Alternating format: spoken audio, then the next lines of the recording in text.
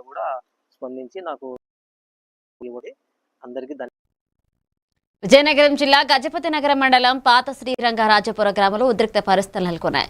గత 70 సంవత్సరాలుగా సాగు చేస్తున్న దేవస్థాన భూములను వేలం వేయనున్నట్లుగా ఎండోమెంట్ శాఖ ప్రకటించడంతో రైతులు ఆందోళన దిగారు. సమస్యను సామరస్యంగా పరిష్కరించుకోవాలని ఎస్ఐ కిరణ్ కుమార్ నాయుడు సూచించగా తమను రోడ్డున పడకుండా చూడాలని రైతులు కోరారు. సమస్య పరిష్కారం అయ్యే వరకు ఆందోళన కొనసాగిస్తామన్నారు.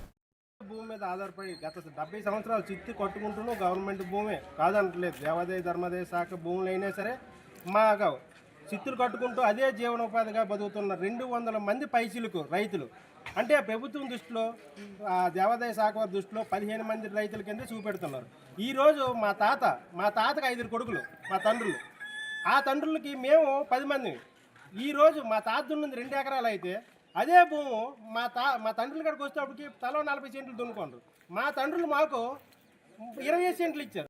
అది గవర్నమెంట్ దృష్టిలోనూ 15 మంది వాళ్ళ కింద కనబడుతుంటారు. కానీ ఈరోజు మా తాత 2 ఎకరాలే 10 మంది ఈరోజు దున్నుతాను, అంతే తలో 20 సెంట్లు దున్నుకుంటాను.